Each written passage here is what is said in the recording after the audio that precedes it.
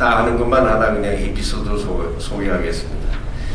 중국에서 무슨 안보회의가 동북아 평화회의가 있을 때인데 거기서 주한미군 문제와 전작권 문제가 나왔기 때문에 제가 이렇게 대답을 했습니다. 참고하십시오.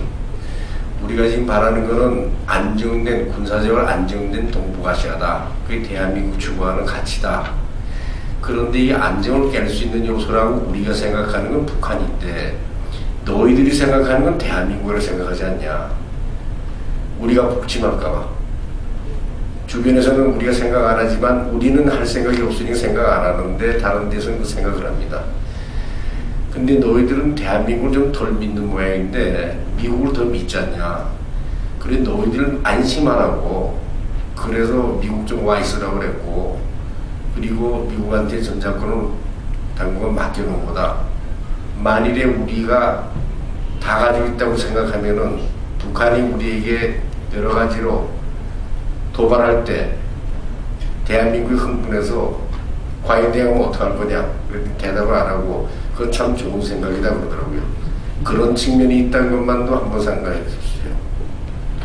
이렇게 해서 토론 다 마쳤습니다.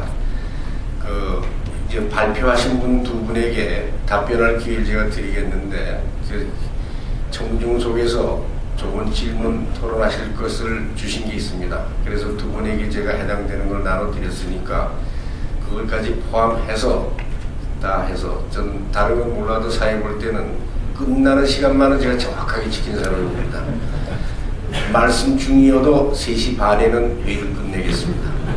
자, 우선 박 박사님 부탁합니다.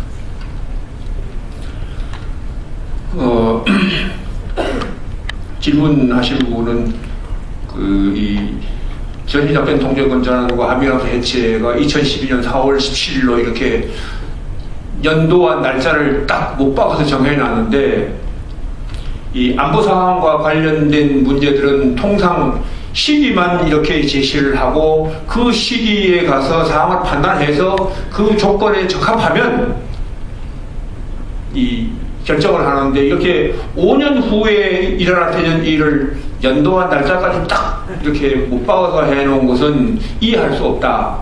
여기에 어떤 그런 이 무순한 의도까지 내포된 것이 아니냐 하는 그런 질문입니다.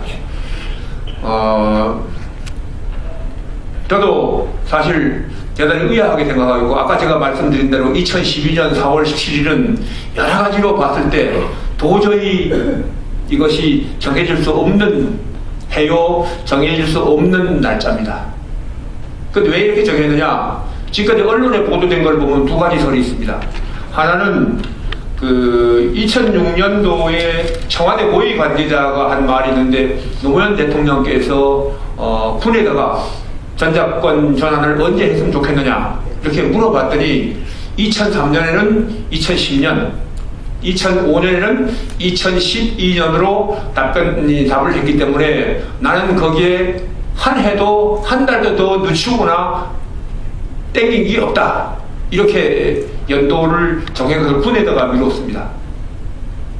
또 하나의 이 설은 미국에서 처음에는 전작권 전환에 대해서 부정적인 반응을 보이다가 한국이 집요하게 요구하니까 미국이 전작권 전환을 넘기기로 정책을 정하고 우리나라에 2009년으로 이렇게 땡겨서 제안을 하니까 늦추고 늦춰서 제일 늦춘 것이 2012년이다. 이렇게 연도에 대해서는 두 가지 설이 있습니다. 그리고 4월 17일 문제는 우리가 7월 14일 날 전적 작동권을 넘겨줬기 때문에, 미국에 넘겨줬기 때문에 그걸 거꾸로 해서 4월 17일로 정했다. 이런 정말 웃지 못할 이야기가 있었습니다. 근데 제가 분명히 말씀드리고 싶은 것은 이 전작권 전환 추진 과정을 제가 연구하면서 아까 말씀드렸지만 사전에 치밀한 논리를 개발했습니다. 그 논리라면 두 가지입니다. 하나는 국민을 설득할 수 있는 논리, 또 하나는 우리 헌법 절차를 피해갈 수 있는 논리. 이 두 가지 논리를 치밀하게 개발했고 추진 과정도 치밀하게 연구했고, 그리고 그걸 가지고 국민들에게 집요하게 설득했습니다. 이언 라포트 한미합 사령관이 2006년 1월 달에 이런 말을 했습니다. 전작권 전환은 한국군이 능력이 갖춰질 수 있을 때 전환될 수 있다. 이렇게 조건을 얘기했는데 그 이후에 노무현 대통령은 한국군 능력이 있다. 안보에 이상 없다. 누가 뭐라도 막무가내였습니다. 따라서 정부가 노무현 정부가 치밀하게 계획해서 추진한 것을 봤을 때 이 날짜를 정하고 연도를 정하고 날짜를 정한 것도 우연히 된 것이 아니다. 군이 정한 것이 아니었을 것이라고 저는 생각합니다. 반드시 규명해야 된다고 저는 봅니다. 박사. 다음에 두 번째 질문은 연합사 해체 문제가 정말 우리 안보에 정말 심각한 문제고 중요한 문제인데 대부분 국민들이 이걸 모르고 있으니 이걸 어떻게 국민들에게 홍보해야 합니까? 하는 질문입니다. 여러분 어떻게 생각하십니까? 이게 대단히 중요한 질문입니다. 아까 말씀드린 대로 전자권 전환은 우연히 이루어진 것이 아니고 노무현 정부에서 치밀하게 계획해서 2012년 4월 17일로 정해놨습니다. 아까 말씀드린 북한의 김정일 국방위원장은 2003년부터 지금 15년 동안 국방위원장으로서 북한 군사력을 강화해 왔습니다. 그리고 이번에 연임하면서 다시 후계 체제도 미루고 국방위를 보강하면서 2012년을 준비하고 있을지 모르겠습니다. 따라서 이 대단히 위험한 상황인데 우리 국민들이 모르고 있습니다. 그 모르는 이유는 노무현 정부에서 아까 여러 번 나왔습니다만은 철저하게 전시작전 통제권이라는 용어를 사용하면서 주권의 문제로 몰고 가기 때문에 우리 국민들이 그거 우리 거니까 당연히 가져와야 되는 거 아니야? 이렇게 지금 생각하고 있습니다.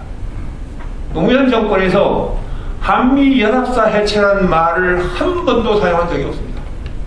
그리고 우리 국민 대부분은 이 사실을 모르고 있습니다.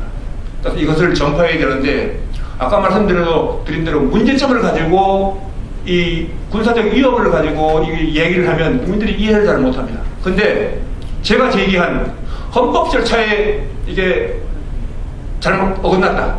헌법 절차를 무시했다. 법치국가에서 이 문제를 가지고 집중적으로 국민들에게 제기하면 우리 국민들에게 전파하고 알리는데 도움이 되지 않을까 하는 생각을 합니다. 여기 계신 여러분들도 이 헌법 절차에 위배된 것을 가지고 집중적으로 제기하고 또 여기 언론이 얼마나 계신지 모르겠습니다만 제일 문제는 언론 여러분들이 협조해 주셔야 합니다.